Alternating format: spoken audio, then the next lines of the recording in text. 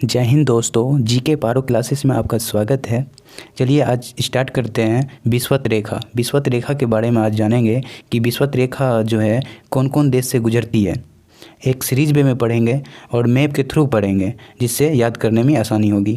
तो चलिए शुरू करते हैं। फर्स्ट ऑफ ऑल आप देख सकते हैं ये है दक्षिण अमेरिका। दक्षिण अमेरिका है, ये ऊपर उत्तरी अमेरिका, नीचे दक्षिण अमेरिका है।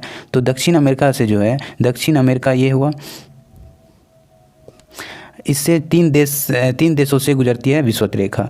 तो आप देख सकते हैं कि जैसे इक्वाडोर है, ये दक्षिण अमेरिका के पश्चिम साइड से इक्वाडोर, ये आप देख सकते हैं ये है इक्वाडोर से गुजरती है विषुवत रेखा। उसके जस्ट पास में पड़ोसी देश है कोलंबिया, ये हुआ कोलंबिया है, इससे भी विषुवत रेखा गुजरती है। कोलंबिया के पास पड़ोसी देश है ब्राज़ील, ये हुआ ब्राज़ील है, ये भी विषुवत रेखा से, मतलब इससे विषुवत रेखा गुजरती है। तो आप देख सकते हैं दक्षिण अमेरिका से कुल तीन देश है उसमें, जिसमें कि इक्वाडोर पहला हो गया। पश्चिम से आप देखिएगा तो वो इक्वाडोर आ जाएगा, इक्वाडोर के बाद कोलंबिया आ जाएगा, कोलंबिया के बाद ब्राज़ील आएगा।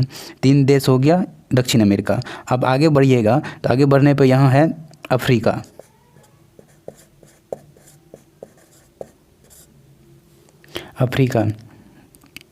अफ्रीका ये हुआ।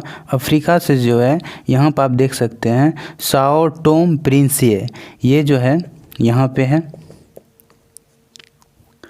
इससे विषुवत रेखा गुजरती है साओ टोम प्रिंसिए। उसके बाद जस्ट इसी के पास में है गोबन, यहाँ देख सकते हैं गोबन से भी गुजरती है विषुवत रेखा। उसके बाद गोबन के बाद जस्ट इसी के पास में है कांगो के जस्ट पास है कांगो गणराज्य, थोड़ा सा इससे बड़ा देश है, कांगो से थोड़ा बड़ा कांगो गणराज्य देश है। तो ये कांगो गणराज्य है। कांगो गणराज्य के बाद युगांडा है, ये छोटा सा देश है, लंबा सा युगांडा है। युगांडा के बाद यहाँ पे ये छोटा सा केन्या है, केन्या के बाद ये सोमालिया है। तो ये कुल 7 देश है, जिसमें देख सकते हैं साओ टोम प्रिंसिए है।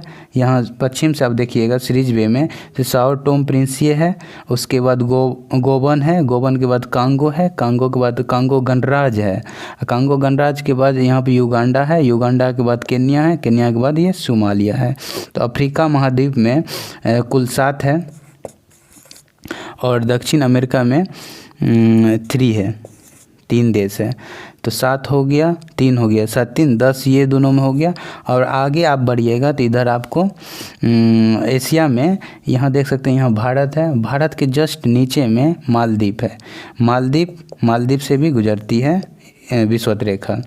इसी के जस्ट आप पश्चिम साइड देखिएगा तो इंडोनेशिया हो जाएगा और उसके बाद किरिबती हो जाएगा, इंडोनेशिया किरिबती हो जाएगा, ये मालदीव के पश्चिम साइड। तो इस तरह से कुल 13 देश हो जाएंगे। विषुवत रेखा से गुजरने वाली देशों की संख्या कितनी हो जाएगी? 13 हो जाएगी। तो फिर से रिकॉल करते हैं। आप देख सकते हैं, आप शुरू से इक्वाडोर जो है, इक्वाडोर हो गया, कोलंबिया हो गया, ब्राज़ील हो गया। इक्वाडोर कोलंबिया ब्राज़ील, ये दक्षिण अमेरिका का देश है जो कि विषुवत रेखा इससे गुजरती है। आगे बढ़ेंगे तो अफ्रीका आ जाएगा, अफ्रीका में साओ टोम प्रिंसिए आ जाएगा, उसके बाद गोबन आ जाएगा, गोबन के बाद कांगो आ जाएगा, कांगो के बाद कांगो गणराज्य आ जाएगा, कांगो गणराज्य के बाद युगांडा आ जाएगा, युगांडा के बाद केन्या आ जाएगा, केन्या के बाद सोमालिया आ जाएगा। तो ये 7 देश अफ्रीका में आ जाएगा। उसके बाद आगे बढ़ेंगे तो इंडिया के जस्ट नीचे में मालदीव है, मालदीव से भी गुजरती है विषुवत रेखा इससे भी गुजरती है। उसके बाद जस्ट इसके पश्चिम में देखेंगे तो इंडोनेशिया है, इंडोनेशिया के बाद किरिबती है। ये दोनों देश मालदीव के पीछे में है। तो आप, अगर आपके रूम में मैप हो तो आप मैप खोल के देख सकते हैं कि मालदीव के बाद इंडोनेशिया के बाद किरिबती देश है। तो कुल 13 देश है। आई होप कि आपको समझ आई होगी। अगर आपको समझ आई हो तो लाइक सब्सक्राइब ज़रूर करें। धन्यवाद।